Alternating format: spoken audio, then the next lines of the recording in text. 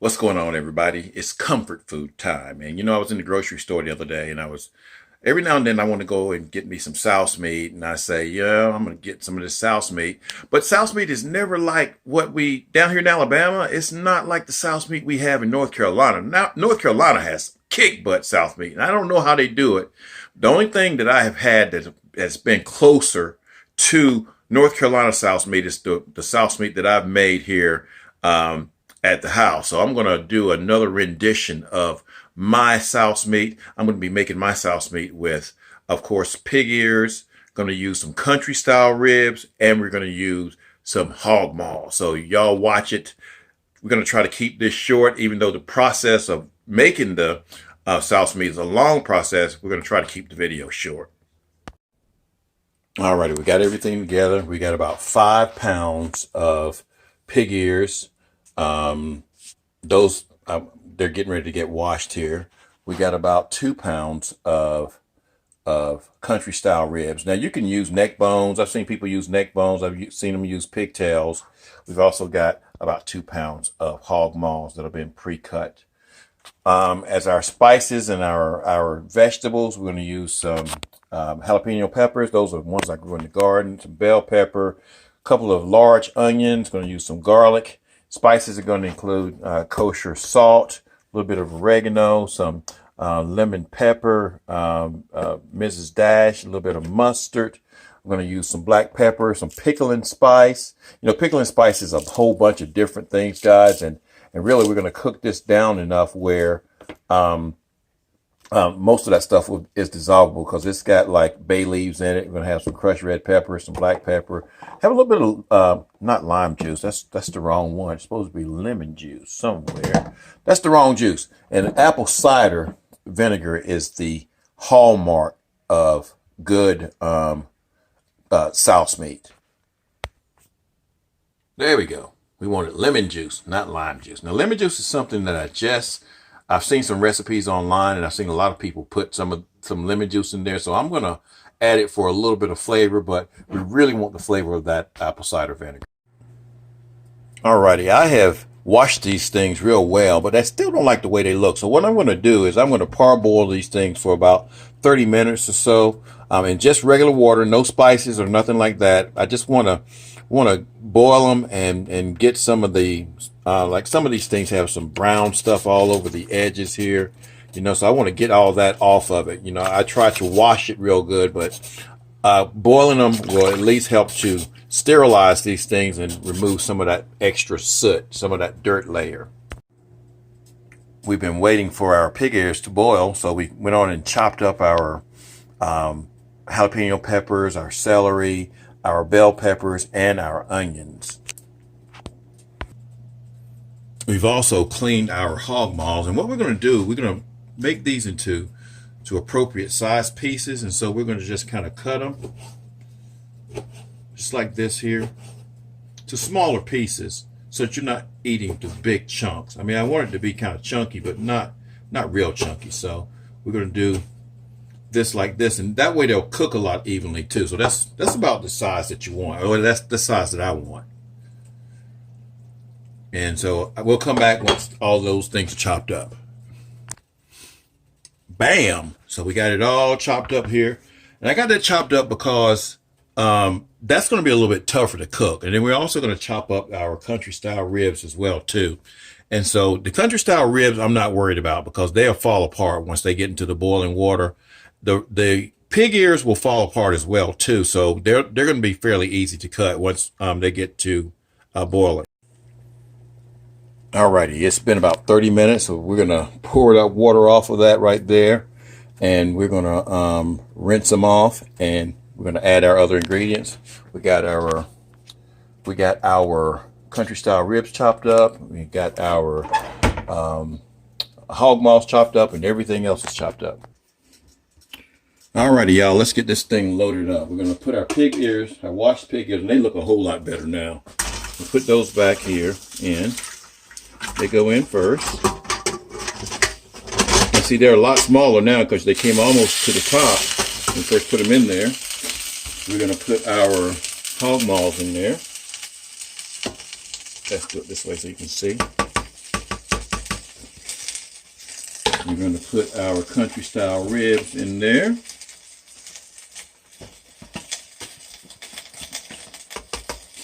All right, then we're going to put our onions in there. The onions in there. That was 2 full onions.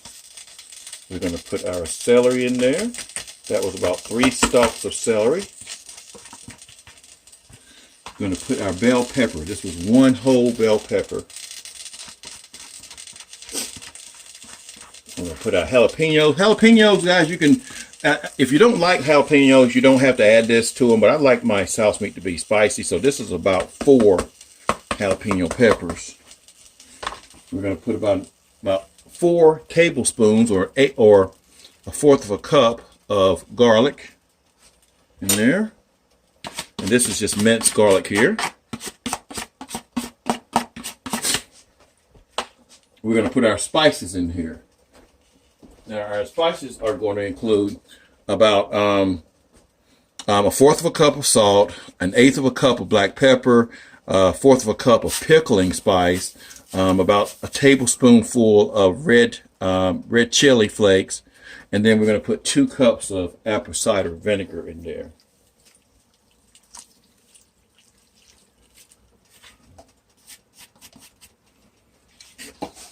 And now I'm going to also add a little bit of lemon juice. And we're not going to, I'm trying this for the first time, so I'm not going to put a whole lot of lemon juice because I don't want the lemon juice to hide the flavor. So that was probably about 1/4 of a cup. So, and then the rest of it, we're going to fill it up. You can either fill it up with water, or what I'm going to use is going to be some, that has some oregano in it too, guys. That has about 1/8 of a cup of oregano and about 1/8 of a cup of lemon pepper as well too. Okay, now we're going to fill this up with either water, or if I have enough of the chicken broth, we'll fill it up with chicken broth, which I'm not going to have enough of it. So we will add just regular water to it, and we're just going to let that come to just the top of the meat.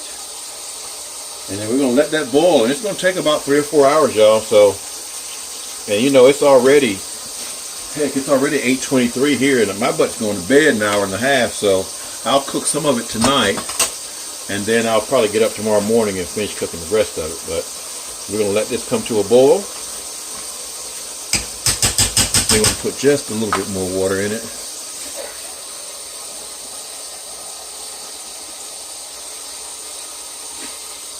Just a little bit more. And this is going to be so good, y'all. Turn up the heat just a little bit. And then, again, let it come to a boil, and we will check on it when it's almost done.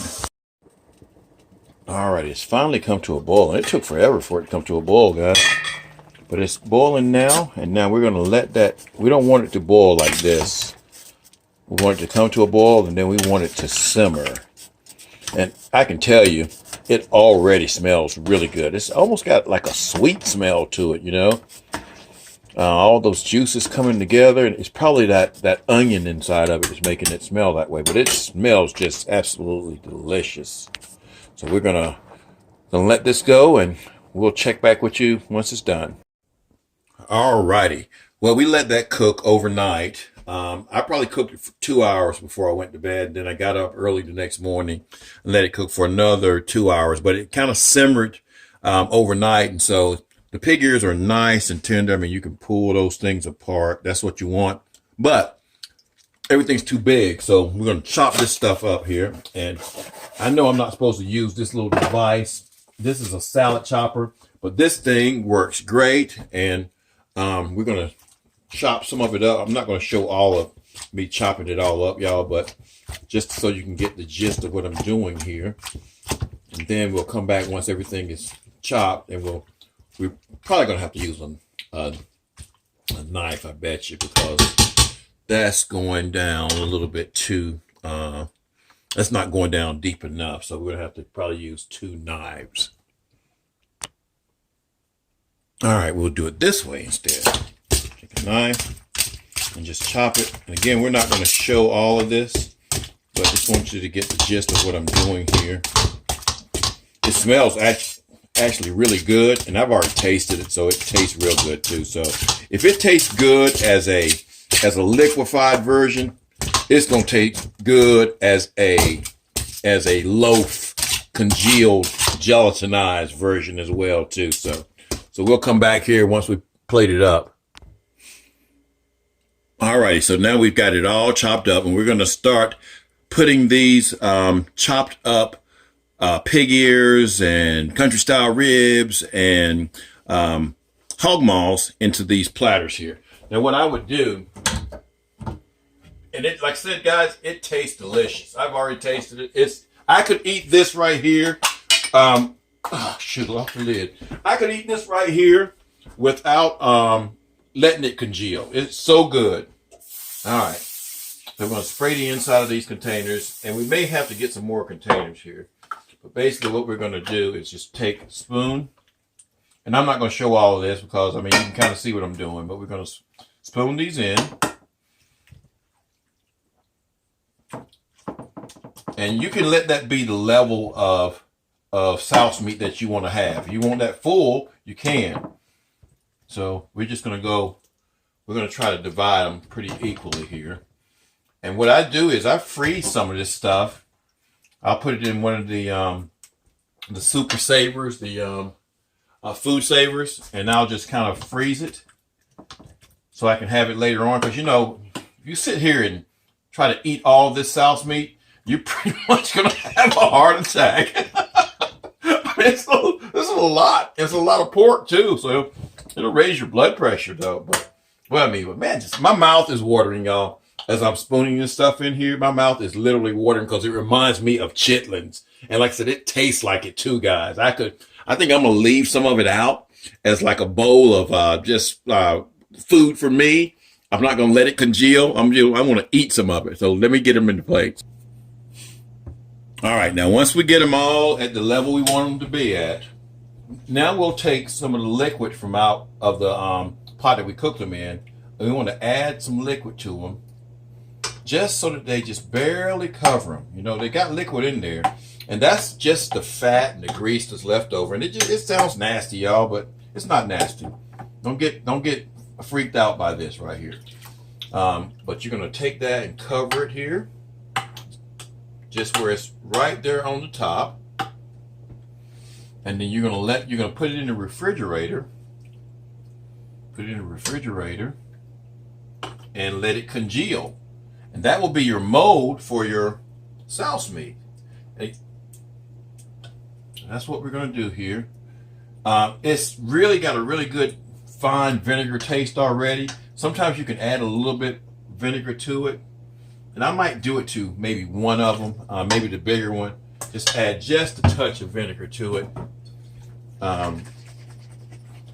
Just because they already taste good. They already taste good. So, I'm going to put some in here. I'm going to add it to this one here. Just a little bit. Because again, the hallmark of souse meat is the vinegar taste, in my opinion. Anyway, so we'll know that one's got a little bit more vinegar. The next time we make some, if this one right here tasted better with more vinegar in it, then we know to add more vinegar in it. So, and that's pretty much it, guys. We'll come back tomorrow when these things have congealed, and we'll see what they look like, and you'll get to see the final product. All right, y'all. They've all set overnight and congealed. So we're going to take them out of these containers. And, you know, this is a lot of souse meat. So I'm not going to eat all this stuff at once. And, you know, if I had a party or something, I would. So I'm going to slice this stuff up, and I'm going to freeze it because it works well when you freeze it. So let's see if we can get them out of the platters. All right, we're going to see if we can get these things out without making a mess and having them be all jacked up looking. So that's coming apart fairly easily. That's why that's the reason why you spray it, guys. That is the reason why And that's going to come out pretty good. Look at that. Look at that. You know, I wasn't going to film it because I said I was going to mess it up. I went on and filmed it.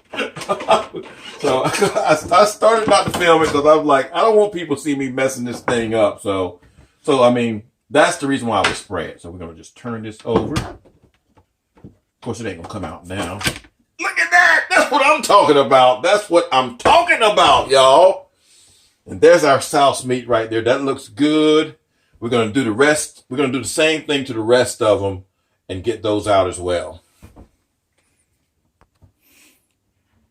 All right. And just so you don't think I'm cheating you guys, it is so easy. So, you know, I'll mess this one up here.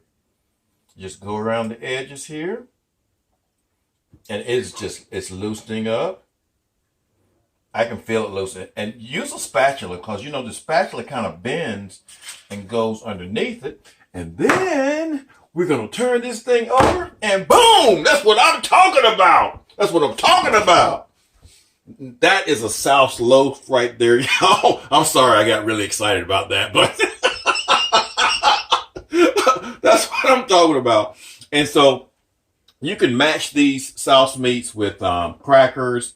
Some people put them in bread. Again, this is a comfort food. I'm glad you guys watched it. I hope you will try this recipe. Again, as far as using the country style ribs, you don't have to use country style ribs. You can use neck bones. Some people say you can use pigtails, but whatever you decide to do, it'll always come out like this right here if you just kind of follow the instructions on how to do it. So that looks good. Glad you were here to watch it with me today, and we'll see you the next time we make one. Peace.